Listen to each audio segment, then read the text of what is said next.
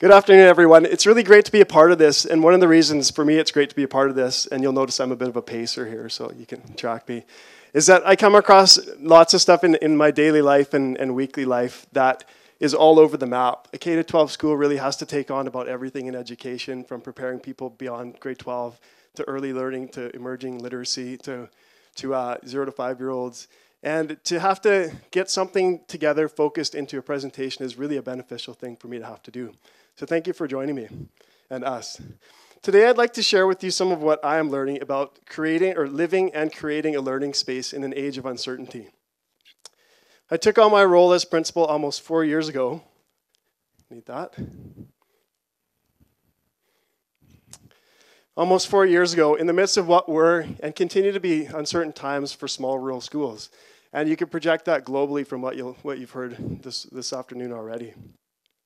Within my first year, however, it also became clear that this is an era of incredible opportunity and possibility, particularly for people and organizations who can tap into the brilliance of their communities and create together.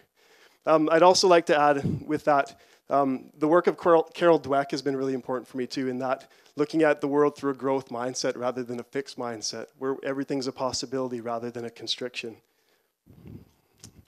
In this space of uncertainty, it seems to me that we have two options. Number one, worry, panic, and feel stuck. And I know this option very well. Number two, to recognize and build on our collective care and brilliance, and then to allow what emerges, knowing that what comes out will probably look pretty different than what we started with. So my main message today then to take away from this is that beyond uncertainty lies creative co-construction. I came into this role with very few answers, a million questions, a love for learning, and surrounded by a community with incredibly divergent thinking. I have some East Shore members here who will attest to that, I think. And many key players committed to action. Again, some of you who are here. I'm thinking back to a parent when I first took on this job, a parent that came in my office and said, "Are you crazy?" There's so many different ways people think in our area and on the East Shore in particular that really are hard to put together into something coherent sometimes. So I'd like to focus this around 7 points this afternoon. Number one, our challenges are our opportunity. Context matters. It is essential to look outward and to listen. Projects that might not work are vital. Some of the most engaging learning happens in community. Roles are shifting, and insights are available everywhere, including this afternoon. I gave a presentation a few times last year, most noteworthy at the National Rural Schools Congress, or National Congress on Rural Education in Saskatoon, and then to another couple school districts, rural school districts in BC. And what I was really trying to get at is this reframing of things, where we're used to in small places seeing things dwindle and get smaller and get concerned about what we have to keep. But actually that lends us to some brilliant possibilities that we might not have thought of. So in Crawford Bay particularly, here are some of our challenges. And this isn't unique to Crawford Bay. Declining enrollment, demographic shifting away from young families, community and parental belief or lack of belief in the value of a small school, shifting economics, continually changing teaching roles and class configurations. I think in my first 3 years as a teacher in Crawford Bay, I taught 23 courses at a secondary level, which is quite different than anywhere else.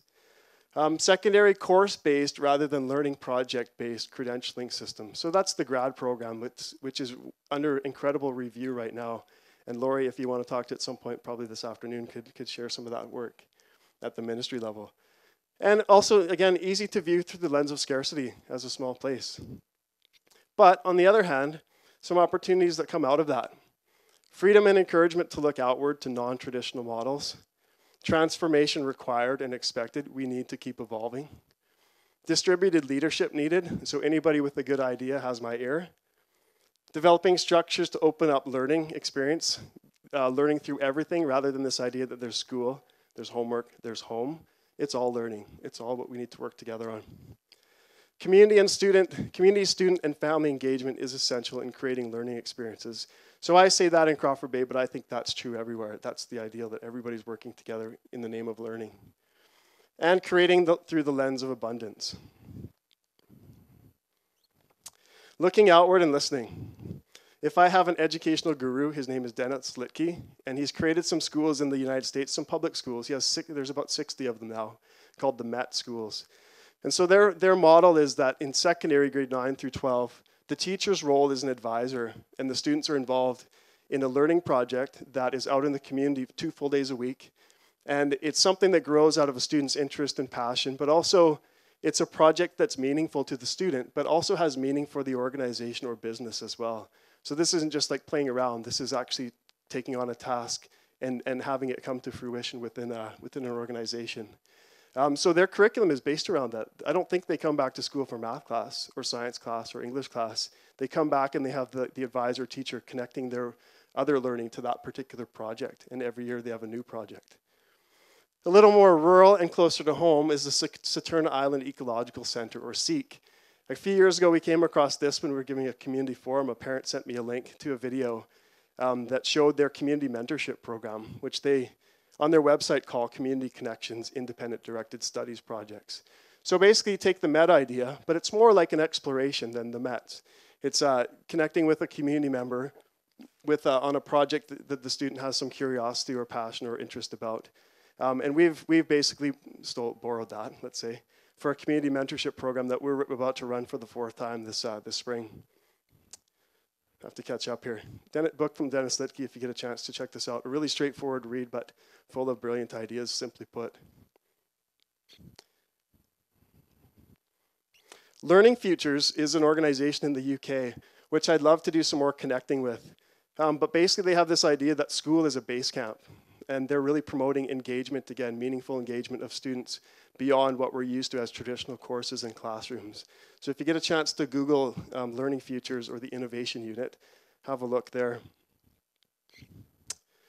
Thought Stream. So last year, this is a process that Jeff Jones actually showed us with our school district leaders last year. But basically with ThoughtStream, one of the ways to use it is rather than giving a survey to get information back from a community about specific questions that I come up with, I give a really open-ended series of questions. People from all over who I decide to put on an email list respond back, and I take all that information about that question, and then I put it together into different themes or responses, and then send it back out to the people to rank and prioritize those responses. So the only thing that really came from me to start with was the open-ended questions. So one of the questions I asked last year in our community, and also people connected to rural education across the province, as far as UBC and some people up north and people in different areas or regions around here, was what specific suggestions do you have to overcome our challenges and evolve towards our opportunities, specifically on the East Shore? So I want to show you the top 8 answers, see if you can find a theme in there. Relate learning to real life. Continue to develop learning projects that involve community. Teacher recruitment and hiring that meets our specific needs.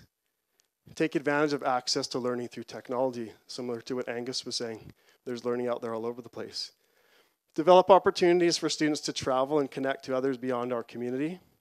Have high expectations for students to contribute to community, connecting to service learning as Angus was talking about. Allow students to design their own learning experiences and continue to collaborate within our community and network with other communities.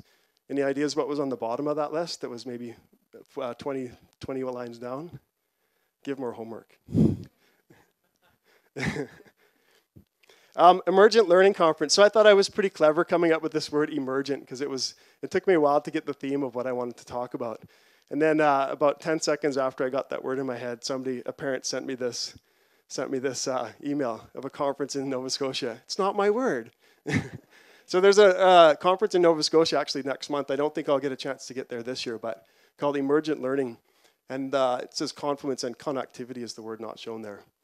But I want to show you, if you look at emergent2013.com, here's a passage that resonates with me from that website. We can no longer educate based on what was, but must rise to the challenge to educate for a world that will be fundamentally different than the one we see today. While skills development continues to be critical, children will also need to be resourceful, mentally well, physically healthy, confident, and creative. More than ever before, knowing oneself and one's unique abilities will be essential. Self-awareness and introspection inform an internal compass that says clearly, this is who I am, this is how I want to contribute to my world. In short, We need to create introspective, lifelong learners. So what does this all add up to, this looking outward and listening? Well, for me, it's a few things. It's inspiration. I've borrowed some ideas from many places, and now I see some of our ideas from the East Shore emerging in other places. Encouragement, and even permission. We can try things. People are saying, please, somebody try something, make this happen and see where it goes. And do something innovative in the name of learning. So this concept of projects that might not work. This is one that I'm really playing around with more this year. I had a job as a technical sales representative a few years back.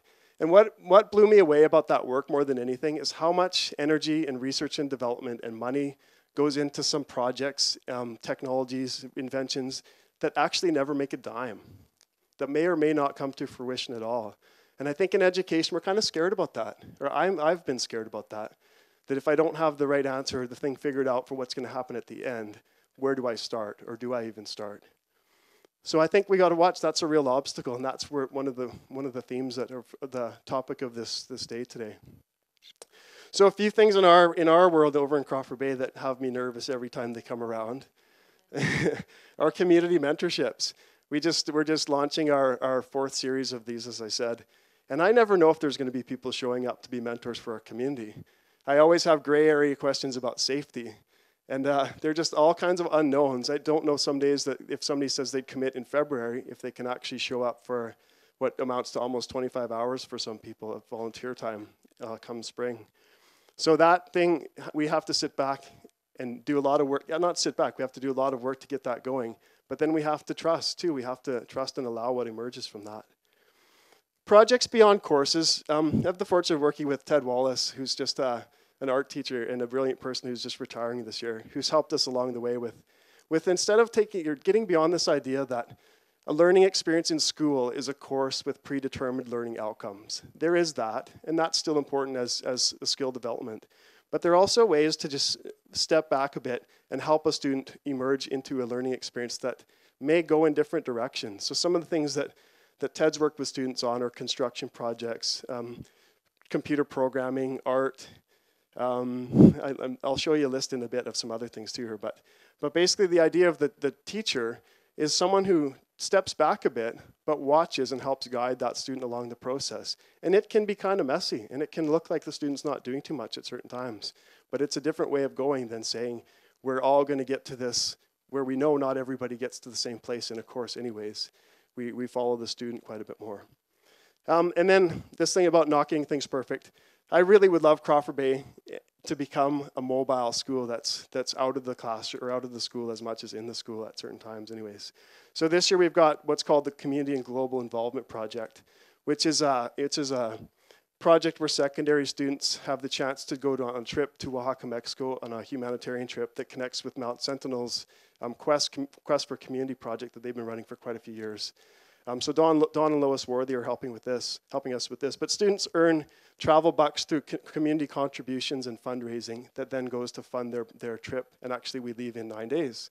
So this one might have not worked, and here we are. 9 days in 9 days, we're leaving. Along with that, this year we had our French teacher, Gerald Panio, or languages teacher. He organized a Quebec exchange that really only came clear in the end of October, November, if it was going to happen or not this year. So sometimes we have to go into a school year not necessarily knowing what programming is going to emerge and work out for the year. And that's the way it is for us. So what will emerge next? We have a lot of people interested in food sustainability and possibility for a really deep mentorship program through our foods program and our lunch program and through garden-based learning and cooking and that kind of thing. I expect to see that for next year. Engaging learners and community. So I had a student leave our school quite a few years ago, which is always the scary thing about being in a small school, and the student says, I need somewhere bigger. A student left because she said she needed to get photography. So I'm going to show you a list of learning experiences we've developed through our mentorship program and through other programs that involve community members. And you can tell me if we need to work on getting a photography course going.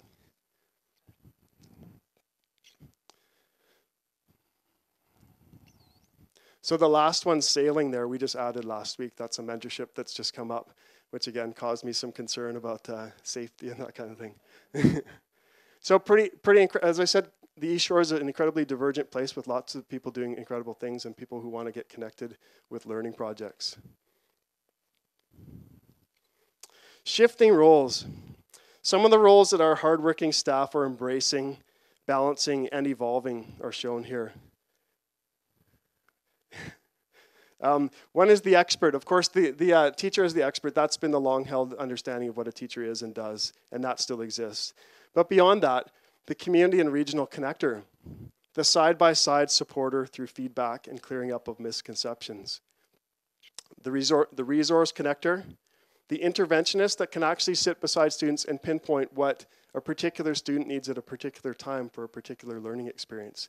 I think that's something where I see more and more educators are looking at. How do we do that? Become interventionists where something's needed here, but maybe other students don't need the same thing at the same time.